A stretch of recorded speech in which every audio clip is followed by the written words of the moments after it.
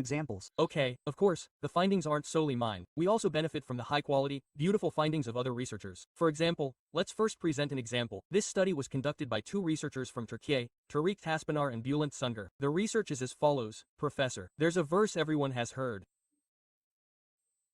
This verse speaks of the expansion of the universe. We built the heavens, and indeed, we are the expanders. Now, some atheists, for example, have raised minor objections to this verse. For example, because there were commentators in the past who said, what is expansion? To this verse, we are the able, atheists object to this.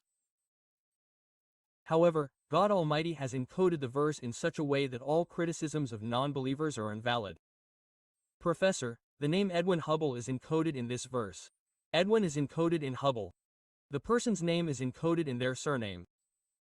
As you know, Edwin Hubble etched his name in the history of science by proving and presenting the theory of the expansion of the universe. In other words, the verse that specifically mentions the expansion of the universe contains the words Hub, Edwin, and Al. For example, if we were to present the encoding in Turkish, for example, if the name Muhammad Arslan were encoded in a text, it would be encoded like this, Ars Muhammad Lan.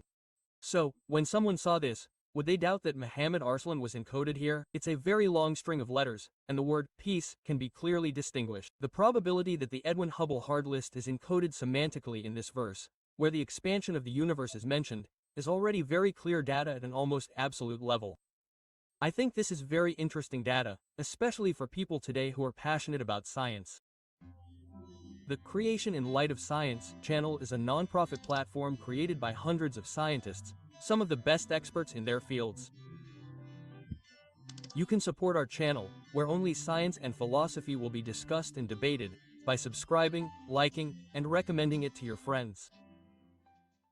We can also offer other examples. For example, we research the letter sequence, Edison, in the Quran. Of course, we specifically focus on the skeletal consonants of the word during our research. It doesn't have to be like modern Arabic. We will explain this in the methodology section. For example, we were able to detect the Edison hard disk only once in the Quran. There are no other occurrences.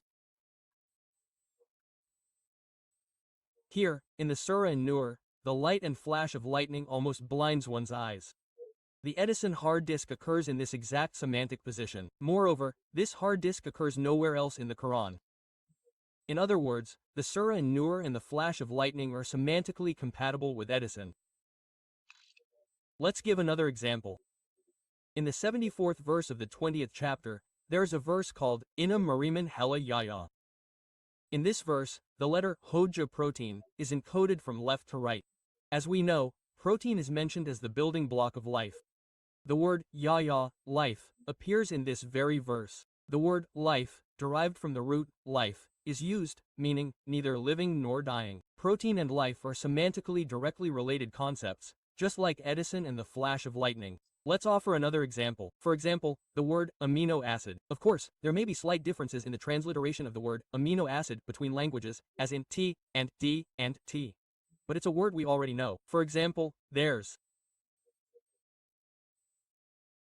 a verse here that means, O you who believe, respond to Allah and His Messenger when He calls you to Him, when He calls you to that which will give you life. The full amino acid sequence is formed, and the word yuhikum hayat appears within the verse. The word life directly translates to the science of life, biology. The word amino acid is the building block of life, the building block of proteins. It occurs in exactly this context. It's directly related. In addition to this, let's give another example.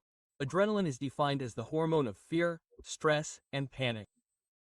And if you pay attention to the words we're talking about, they're all universal words. They're pronounced similarly in almost all languages. So, they're not words that change from language to language, but rather specific and technical data, universal data. For example, the word adrenaline is coded twice in the Surah Al-Qiyamah, Resurrection. There are a few small vowels, but these don't cause any change in pronunciation. For example, the word adrenaline is coded here. It's like adrenaline, the one who can even bring his fingertips together. Here, the word adrenaline is coded. Also, in another verse in the Surah Al-Qiyamah.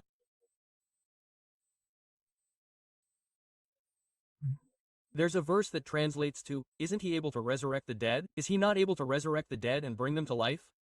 Quote, the word adrenaline is coded. Right next to it is, Yahya and Yuhil Mevda. Here, the word life is used. Adrenaline is a hormone. It is secreted during times of fear and stress and is directly related to biology. Therefore, the use of the word life here is a direct reference to biology. Furthermore, the topic it mentions is the Surah al-Qiyamah. When we look at the Surah al-Qiyamah, resurrection, it describes events that will pique fear, panic, and stress.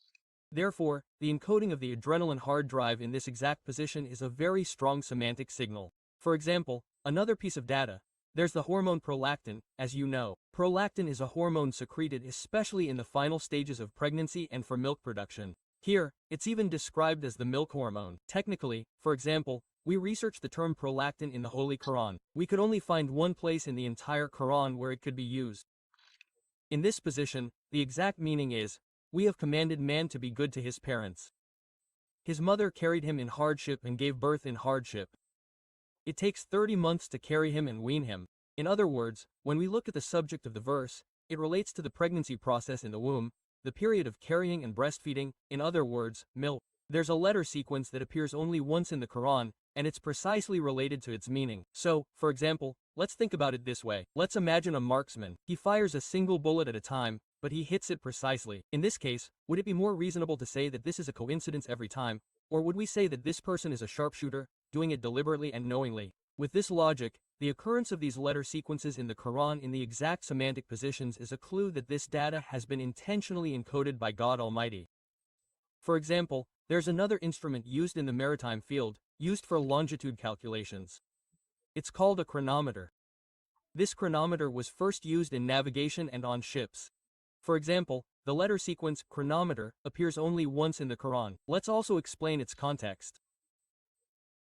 In verse 13 of the 13th chapter, it's used precisely in the context of, so that you may remember God Almighty's blessings when you ride on the backs of ships. So, in a context where ships and maritime are mentioned, the chronometer hard sequence was introduced.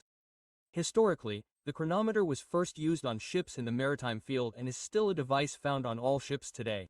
For example, the Holy Quran encoded this word centuries ago. Another hard disk, for example, Galileo Galilei, is a famous scientist. He was particularly renowned in solar heliocentric astronomy.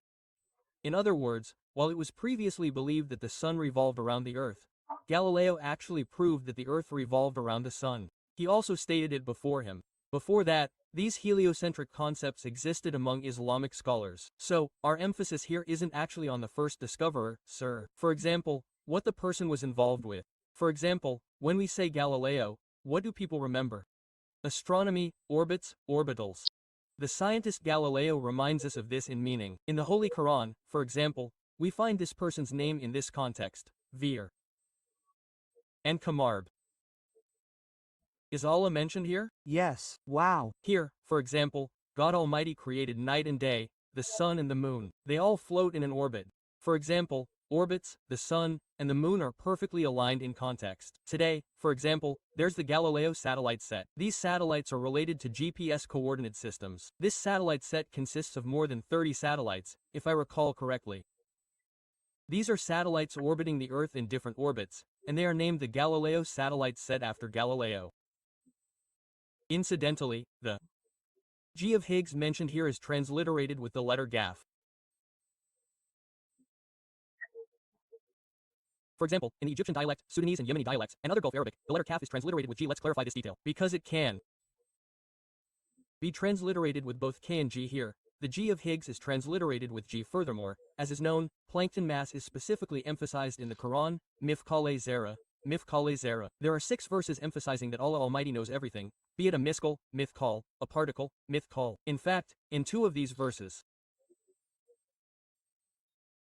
Allah Almighty specifically points out that even the smallest observable objects in the universe are within His knowledge, stating that everything smaller and larger than this mithkal particle is also in the book. In contemporary science, for example, scientists and philosophers of the time debated a concept called al-juzu la yetasetse, al-juzu la yetasetse. They considered the indivisible particle, asking how far it could go if a point were divided in half and then divided in half.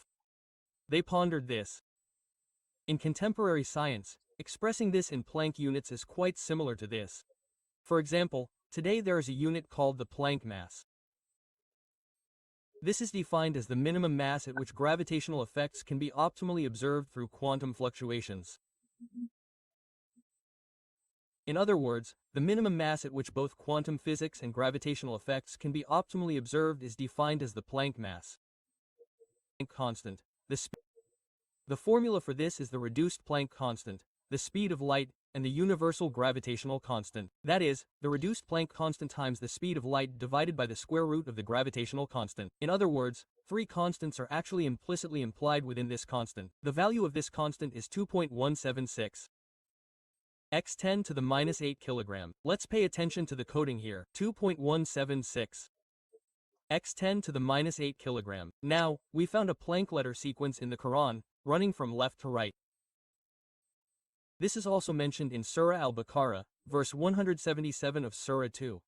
Here, if we read from left to right, a Planck letter is formed in the Billahi Valir section and from left to right in the Bira section. Now, let's look at where this formed letter sequence corresponds in the coordinate system of the Quran. For example, if we list the surah and verse numbers of the Quran, starting with Surah al-Fatiha, if we start with the first verse of the first chapter, the second verse of the first chapter, the third verse of the first chapter, and continue with the first verse of the second chapter in Surah al-Baqarah, then something like this will occur until we reach this exact Planck letter dis. If we go 43 more letters after the 176 letter verse of the second chapter, we reach exactly the Planck letter dis. In other words, we can say that in the coordinate system of the Holy Quran, or the GPS system, to reach this Planck hard disk in the locations in the Holy Quran, we need to go all the way to verse 176 of the second chapter, all the way to the end. Then we need to proceed 43 letters. Also, in the verse it's in, there are 8 words until the Planck hard disk. If we include Planck, there are 10 words. In other words, the values of 10 to the 8th power are encoded here. 2, 1, 7, 6, 4, 3 are also encoded in the exact position they are in. Well, this has a counterpart in modern genetics, for example. I'd like to present this as an example.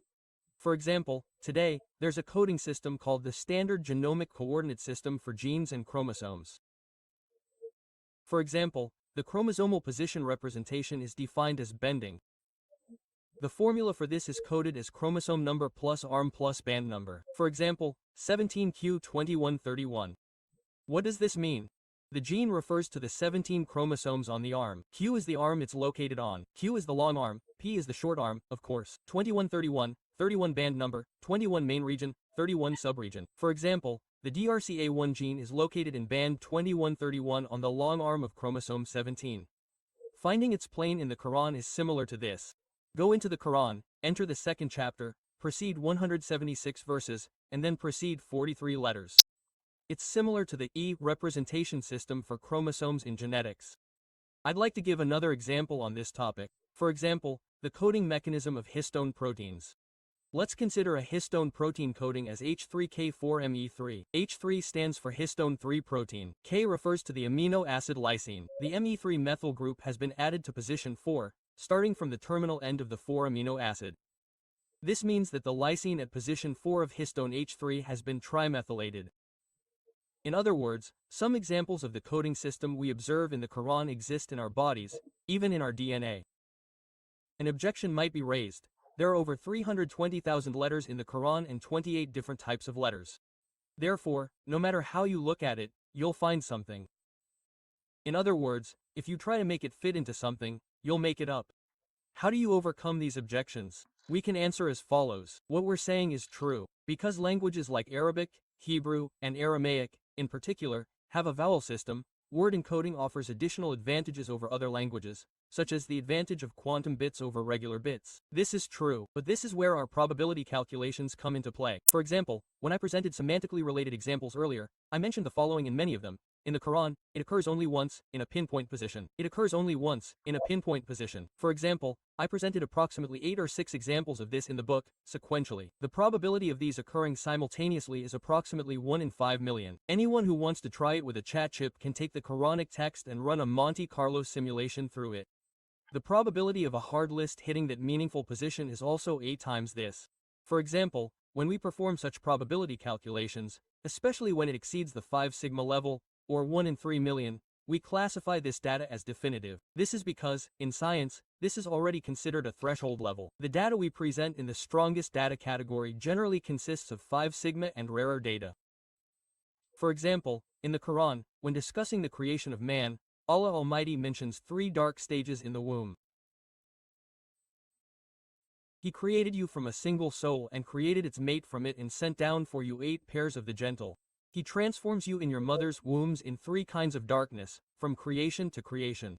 He creates you from creation to creation. That is Allah, your Lord. To him belongs the dominion. This verse speaks of 3 dark stages. The first darkness is the amniotic membrane, or the membrane formed by the union of the amniotic and coronal membranes. The second darkness is the uterine wall. The third darkness is the abdominal wall. For example, the word salace 3 could not have been used here in the Holy Quran, but for some reason, the attention is drawn to this number as well.